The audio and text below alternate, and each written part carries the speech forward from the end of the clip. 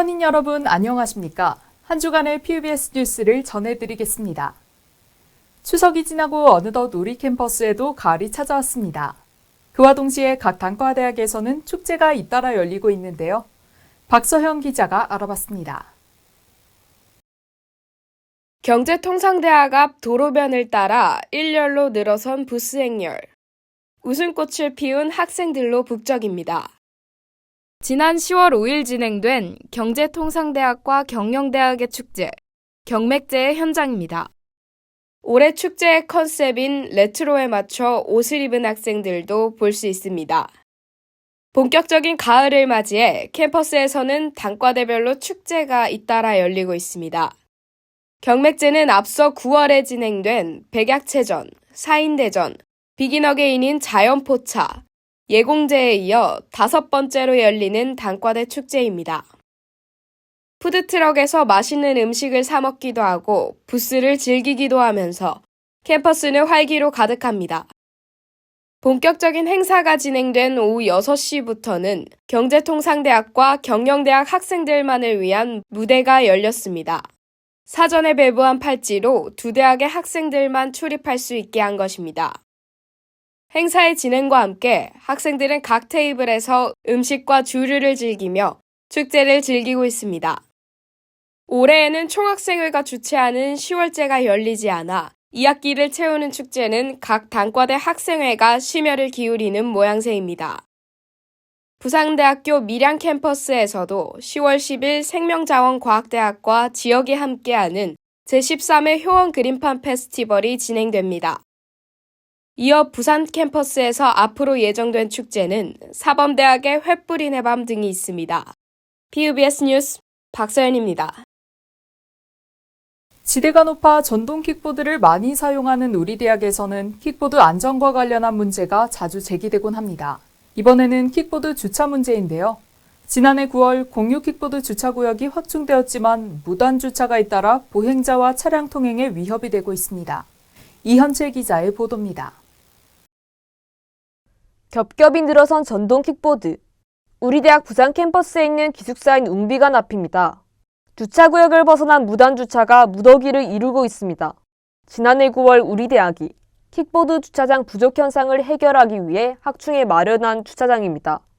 주차구역은 이보다 훨씬 안쪽에 있지만 한두 명의 이용자가 귀찮다는 이유로 건물 입구와 가까운 곳에 주차하기 시작하면서 이 같은 무더기 편법 주차가 비일비재하게 발생하고 있습니다.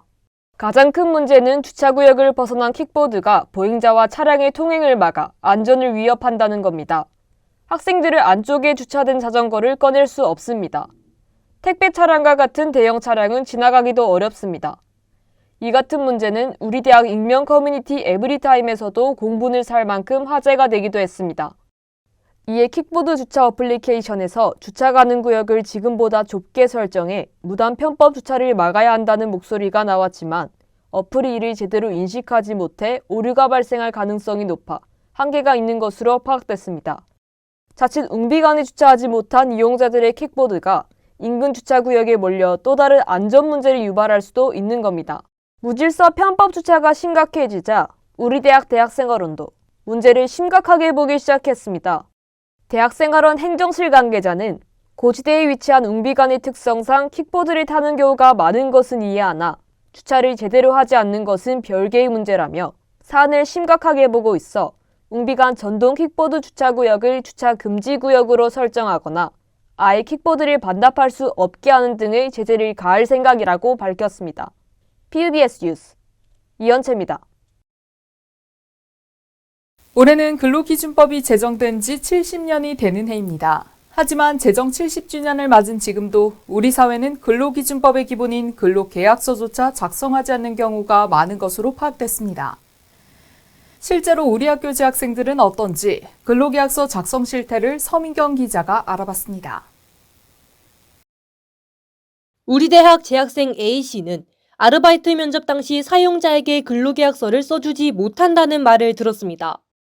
A씨는 4대 보험을 언급했지만 사용자는 다치지 말라는 엉뚱한 말로 대답했습니다. 노동자라면 반드시 작성해야 할 근로계약서를 작성하지 않고 부당행위를 행사한 것입니다.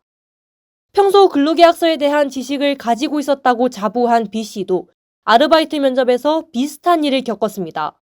B씨는 나에게 이런 일이 닥치면 노동청에 신고하거나 애초에 취직하지 말아야겠다고 생각했지만 막상 내일이 되니 돈이 필요하고 경력을 쌓아야 한다는 생각이 들어 참고 다니게 됐다고 말했습니다. 채널 PNU가 우리 대학 재학생들을 대상으로 아르바이트를 하기 전 근로계약서를 작성했는지 등에 대해 설문조사를 진행한 결과 응답자의 56%가 근로계약서를 작성하지 않은 경험이 있다고 답했습니다. 근로계약서를 작성하지 않은 이유로는 사용자가 근로계약서를 작성하자고 말하지 않아서가 가장 많았고 작성하기가 귀찮아서 고용주가 작성하지 말자고 요구해서 작성해야 한다는 사실을 모르고 있어서가 뒤를 이었습니다. 이 같은 근로계약서 미작성은 아르바이트를 하다 부당한 일을 당해도 보상을 받지 못하는 문제로 이어집니다. 학생들이 경험한 부당행위에는 주휴 및 초과수당 미지급, 정해진 급여 지급일을 지키지 않은 임금 체불, 최저임금 미준수, 초과근무 요구, 휴게 시간의 부재 등이 있었습니다. 근로계약서는 노동자와 사용자의 권리와 의무를 명확하게 하기 위해 필요한 문서로 근로계약서를 쓰지 않는 사용자는 근로기준법 114조에 의거하여 최대 500만 원의 벌금을 부과받게 됩니다. 하지만 5인 미만 사업장은 근로기준법의 적용을 받지 않고 있어 대학생들이 부당한 일을 당할 가능성이 높아 주의가 필요합니다. 부산노동권익센터의 박진현 연구원은 청년들의 아르바이트가 주로 소규모 사업장에서 이루어진다고 봤을 때 사용자들은 근로기준법이 적용되지 않는 어린 노동자에게 인권 침해를 할 가능성이 커진다고 말했습니다. 근로계약서 미작성으로 인해 부당행위를 당하는 학생들을 보호하고 사각지대를 해소할 필요가 있어 보입니다. PBS 뉴스 서민경입니다. PBS 뉴스 저희가 준비한 소식은 여기까지입니다. 더 많은 소식은 채널 PNU 홈페이지와 유튜브, 인스타그램에서 보실 수 있습니다. 저희 채널 PNU는 중간고사를 앞두고 10월 16일부터 27일까지 2주간 휴방합니다. 함께해 주신 효원인 여러분, 고맙습니다.